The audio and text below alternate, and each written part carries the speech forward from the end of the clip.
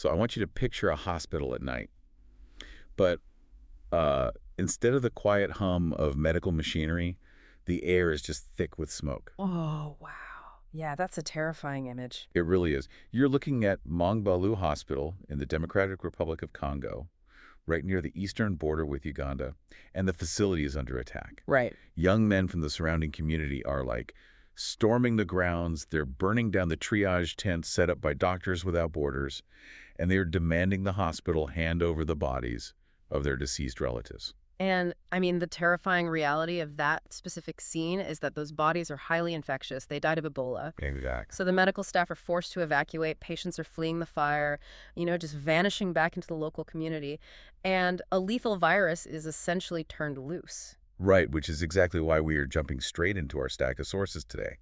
We need to figure out why the global health response to pandemics is, well, fundamentally breaking down. Yeah, it's a massive failure point. We have on-the-ground news reports detailing this exact DRC outbreak, alongside some really dense theoretical frameworks on healthcare resource allocation. Plus, a detailed blueprint for a radical new technology called the Dr. Maya AI and the Prima kiosk. That's quite a stack. It is. And our mission today for this deep dive is to unpack the central paradox that this crisis exposes. The possibility that our current medical protocols, like the very act of seeking care, might be actively increasing infection rates. Yeah, and to understand the technology proposing to fix this, we really have to deeply analyze the failure playing out right now in the Ituri province of the DRC. Right. Our sources point out that this is actually the 17th Ebola outbreak in the country, but this specific isolated community hasn't faced it before. And that lack of prior exposure creates a massive, almost impenetrable wall of denial, doesn't it? Oh, absolutely. I mean, the population is already dealing with regional conflict and displacement. Suddenly, a terrifying disease arrives, and because they have no historical context for it, people simply don't believe the disease is real. Yeah, they view it as a rumor, or even, some sort of government conspiracy. Right. And when you have that level of deep-seated fear and distrust, the standard international playbook just shatters completely. Well, it does. And now, the source material gets highly critical here. And just as a quick disclaimer to you listening, we're acting purely as messengers for this research. We're not taking political sides here. Right. We're just laying out what's in the text. Exactly. But the authors explicitly align with the decision by former U.S. President Donald Trump to defund the World Health Organization. Oh, wow. Okay. Yeah, they argue the WHO has essentially become a white elephant staffed by academicians who lack the practical, on-the-ground crisis skills needed to halt an outbreak of this speed. I mean, the critique in these papers goes way beyond just bureaucratic bloat, though. Yeah. They point to a fatal flaw in the actual medical protocols issued by the WHO and the CDC. Yeah, the core advice. Right. The standard universal advice during an outbreak is that if you develop symptoms, you should travel to a primary care clinic or an Ebola treatment center. Which, sounds completely logical, right? If you're sick, you go to the doctor. I thought so too, until I really looked at the logistics of that journey through the lens of a highly contagious pathogen. It's a nightmare scenario. It is. Okay, let's unpack this. You have an infected person in a rural village. They get on public transport. They travel for hours, literally shedding the virus the entire time. Yeah. Then they sit in a crowded triage waiting room, which basically acts as a giant mixing bowl for viruses. The sources actually refer to this as the transmission trap. Transmission trap, right. Because the authorities themselves admit they are having immense difficulty tracing the contacts of these traveling patients. Of course they are. And they also can't effectively track the infected individuals who just stay home and are treated by traditional healers. Yeah, it's a massive blind spot. And for the ones who do make it to the clinic, they are often admitted to wards right alongside other infected patients or even deceased patients. This leads to massive cross-contamination that ends up infecting the healthcare workers trying to save them. Wow. So if the very protocol of bringing a sick person to a central hospital is what's killing the community, it completely upends how we think about medical intervention. It changes everything. But we can't just abandon patients in their villages, right? No, definitely not. And that is the core problem the theoretical frameworks in our stack are trying to solve. They argue we have to completely rethink the concept of the medical gatekeeper. Go ahead. Currently, the physical hospital and the triage doctor, they act as the gatekeepers to care. The sources introduce a shift using artificial intelligence, specifically a concept called allocation away AI, to basically move that gatekeeper. Wait, so instead of the AI just being like A weatherman predicting a 90% chance of rain, which is just risk prediction, like you probably have Ebola. How does allocation-aware actually work? That is the perfect distinction. Traditional healthcare AI operates exactly like that weatherman. It gives a statistical probability of a disease. But one of our academic sources points out a really harsh reality. In a crisis, healthcare is not a prediction problem. It is a scarcity-constrained stochastic allocation problem. Okay, I'm going to need you to translate that out of academic speak for me. Yeah, fair enough. Think of it like this. You have a finite number of doctors, beds, and time. Right. If you have 100 sick people and only 10 beds, simply predicting that 50 people have Ebola doesn't tell you who actually gets the bed. Ah, I see. Right. If you give a bed to someone who is unfortunately going to pass away regardless of intervention, or someone who is going to recover perfectly fine on their own at home. The marginal utility is zero. Exactly. The marginal utility of that bed is zero. So allocation-aware AI calculates the actual utility of the intervention. It mathematically identifies the specific patient whose trajectory is changed solely by receiving that scarce resource. Oh, wow. So it's less like a weatherman predicting the storm and more like an air traffic controller looking at a severely limited number of runways. Yes. And they are routing the planes so they don't crash into each other or overwhelm the tarmac. That is exactly how the math shifts. What's fascinating here is that when an infection is highly contagious, bringing everyone to the central gatekeeper crashes the system. You overwhelm the physical space. Right. And you infect the air traffic controller, so to speak. Right, the doctors. Yeah.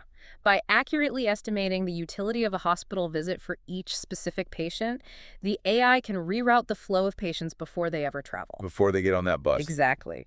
The simulation data and the research shows that this allocation-aware approach increases realized utility, meaning actual survival rates and efficient use of resources, by 18 to 25% over traditional risk threshold policies. That's a massive jump. And moving the gatekeeper from the hospital directly into the patient's own community is where the physical technology actually comes in, right? Yes, exactly. The blueprints in our stack detail the PRIMA kiosk. PRIMA stands for Personal, Responsive, Empowering Medical Assistance. It's quite the acronym. It is, and I want to build a visual of this for you listening. Imagine a standalone, rugged, solar-powered terminal. It looks a bit like a modern public telephone booth, but it's dedicated entirely to healthcare triage. And the interface on it is a fascinating study in accessible design. Yeah. Yeah, it doesn't rely on complex menus or text. It uses voice-first interaction and visual icons. Oh, that's smart. Right, you can walk up to it and simply speak your symptoms in your local dialect. This immediately breaks down the literacy barrier, making it instantly accessible to the roughly 600 million people in rural India and other developing regions who are, well, effectively locked out of smartphone-based text health apps. Now, I really struggled with the technical logistics of this when I was reading the source. Well, the blueprint says it has dual SIM 4G and 5G, but it also heavily emphasizes that it works entirely offline. Right. So how does an advanced AI triage patients in a rural DRC village if a cell tower goes down or just simply doesn't exist? The architecture is actually quite clever.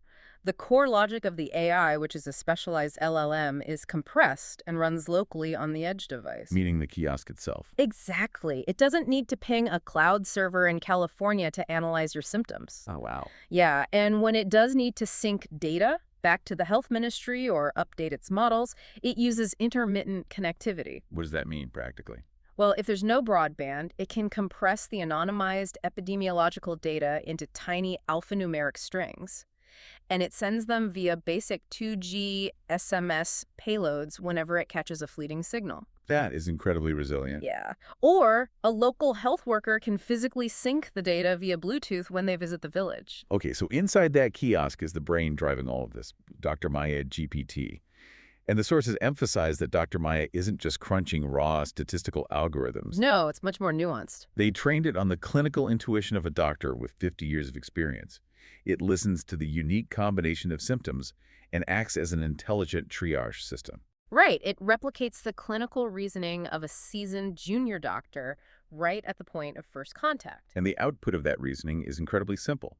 It uses a 4-color triage system to direct the patient. Yes.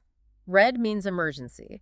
The AI has calculated that your utility for a hospital bed is absolute. High-priority life-saving intervention is needed, so go to the hospital immediately. Okay. And then green means moderate symptoms. You don't need the emergency room, but you should call on their triage line, kind of like NHS 111, to book an appointment. Right. Yellow is for mild symptoms.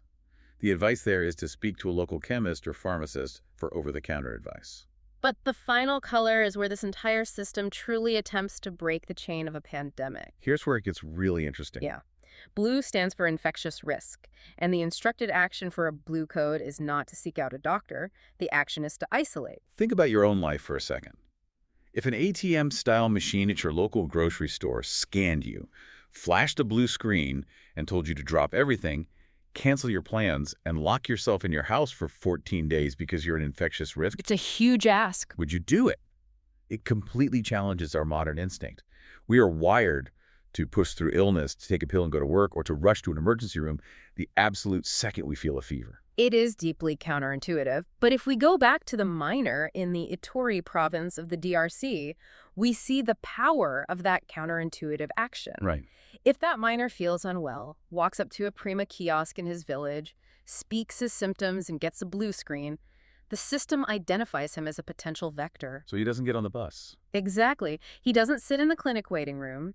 He doesn't infect the triage nurse. The source data suggests that this immediate point of origin isolation can stop 30 to 50% of transmission instantly. Wow, you literally stopped the fire from ever starting. But we have to tackle the massive sociological hurdle the sources raise here. We started this deep dive talking about a hospital being burned down because the community didn't trust the medical establishment. Right. The trust deficit is real. If they don't trust the WHO and they think Ebola is a conspiracy, why on earth would they trust a glowing blue screen on a machine? Well, the designers of the Prima system openly acknowledge that technology alone cannot solve a trust deficit. The kiosks are structurally designed to be community-owned. Meaning what exactly? They aren't just dropped in by foreign governments or international NGOs. They are placed in local temples, mosques, schools, and markets. And they're operated by locals. The blueprints detail a role called Maya advocates. Yes. These might be local mothers, street vendors, or community elders who are trained and actually get paid a micro wage to help run the kiosks and assist users. It completely turns public health into a trusted, grassroots micro-business. Right. When your neighbor, who you've known for 20 years, is guiding you to use the machine in your own local dialect, the fear and suspicion drop dramatically. Exactly. But if we connect this to the bigger picture, even if we solve the trust issue, the sources point out a brutal economic reality. Yeah, this part is heavy. Telling a daily wage laborer in rural India or the DRC to isolate is essentially telling them to starve. Right. If they don't work that day, their family literally doesn't eat that night. How does a color-coded screen actually work if the people using it cannot afford to stay home? The creators of Dr. Maya recognize you just cannot prescribe isolation without systemic support. The sources argue that the blue code must be linked directly to social safety nets. Right. It cannot just be medical advice. It has to be an economic trigger. So the blue screen is essentially talking to the welfare state. In a fully implemented system, yes. If a vulnerable worker gets a blue code, that signal verified by the kiosks should immediately trigger government food delivery and wage compensation for that specific individual. Wow. Because without economic support, isolation isn't a medical protocol. It is a privilege that the poor simply cannot afford. That reframes public health entirely. It forces us to look at a pandemic not just as a biological event, but as a socioeconomic one. Absolutely. And speaking of shifting our perspective, our sources zoom out from the Ebola crisis to explore how this exact same kiosk technology is critical for an entirely different but equally terrifying threat. The post-antibiotic era. Right. Driven by antimicrobial resistance, or AMR. This is where the decentralized triage of the Prima kiosk becomes absolutely vital for the daily survival of modern medicine. Yeah. The statistics on AMR in the source material are chilling. Currently, 42 out of 100 people with AMR infections cannot be cured. That is almost half. Yeah, we are rapidly running out of effective antibiotics because the bacteria are mutating faster than we can invent new drugs. I want to connect this back to our miner in the DRC. Let's say there is no Ebola outbreak. Yeah. He just has a regular mild viral flu. He follows the traditional protocol and travels to the primary care clinic. Right, and in that scenario, he encounters what the sources call the managerial strangulation of healthcare. Managerial strangulation. Yeah, the clinic is overwhelmed. The doctor might have only 3 minutes to evaluate him. They don't have the time or the resources to run a full blood panel to confirm it's just a virus. Right. So, out of an abundance of caution, or frankly, simply to get the patient out the door to see the next person, the doctor prescribes a broad spectrum antibiotic. Right, just in case. Exactly. The problem is antibiotics do absolutely nothing for a viral infection. Nothing at all. But what they do is wipe out the susceptible bacteria in that minor's body, leaving behind only the naturally resistant mutant strains. Oh, wow. So you've essentially created a training camp for superbugs. Exactly. When people rush to the doctor for every minor viral fever, they are exposed to hospital-acquired superbugs, and they drive this massive overprescription crisis. This is where the yellow and green codes on the Prima kiosk become a massive global shield. Right. If that minor goes to the kiosk instead of the clinic, the Dr. Maya AI, using its 50 years of clinical intuition, recognizes the symptom pattern as a simple viral fever. Yeah. It issues a yellow code. It tells him to go to the local pharmacist for some over-the-counter fever reducers. He never sees the overworked doctor. He never demands an antibiotic. Exactly. The kiosk formalizes the role of the local pharmacist, giving them the AI guardrails to treat mild symptoms safely. Which protects the patient from the hospital environment, and crucially, it protects the global antibiotic supply chain from being wasted. It's filtering the noise out of the system so the doctors can focus on the red codes. Yes. But the Prima network does something even more powerful on a macro level, acting as a global, decentralized nervous system. This is my favorite part of the research. Right. Right now, global health acts like a massive dinosaur. If it gets bitten on the tail by a new virus, the local clinic has to notice. They have to send paper records to a regional office. Who sends it to the National Health Ministry? Exactly. Who eventually alerts the brain at the WHO headquarters. By the time the brain realizes the tail is bitten, the infection has spread everywhere. Yeah, it's way too slow. The Prima network turns the community into an octopus, where each arm has its own localized brain that can react instantly. I love that analogy. Because every kiosk is tracking these anonymized symptoms in real time, the system spots anomalies before a human ever could. Right. Imagine a new respiratory virus emerges.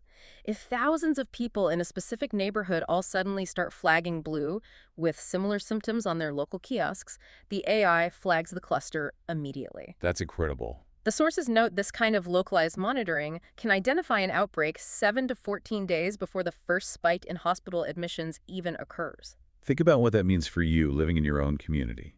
Imagine knowing that a localized outbreak is happening in your specific zip code in real time because the kiosks are picking it up. It changes everything. You aren't waiting for a delayed government press release or for the hospitals to start overflowing before it makes the evening news. It completely restores autonomy and responsibility to the individual. Right. You have the tools to know and act yourself safely without adding to the burden on the healthcare system. It's the ultimate shift from a reactive healthcare system that waits for us to break down and show up at the emergency room to a proactive defense network that keeps the infection from ever leaving the neighborhood. We started this deep dive looking at a burning hospital in the DRC. That tragedy shows us the devastating consequences of centralizing care during a highly contagious outbreak when community trust is broken. Yeah. Forcing symptomatic patients to travel to primary care or Ebola centers isn't just inefficient. The evidence suggests it actively fuels the transmission trap. It does. But by utilizing Dr. Maya AI-powered Prima kiosks as community-level gatekeepers, we completely flip the model. We can identify infections locally, advise isolation immediately with the necessary economic support, protect our healthcare workers from cross-contamination, and potentially stop pandemics at their absolute source. It intercepts the crisis at the village level, utilizing advanced allocation-aware AI that requires no internet connection and speaks the local language. It's a remarkable blueprint for the future of global health. Yeah. But it leaves us with a final lingering question to mull over. Always a catch. Always. We are talking about a massive shift in power and information. If global health shifts away from top-down international organizations like the WHO, who currently collect, manage, and distribute all epidemiological data to a decentralized network where individual communities generate, own, and act on their own real-time health intelligence, how will traditional governments react? That is the big unknown. When citizens of a small town know about a viral outbreak weeks before the Ministry of Health does, will those central authorities support these community gatekeepers, or will they see them as a threat to their monopoly on public health information? It's a tension that might define the next era of our survival.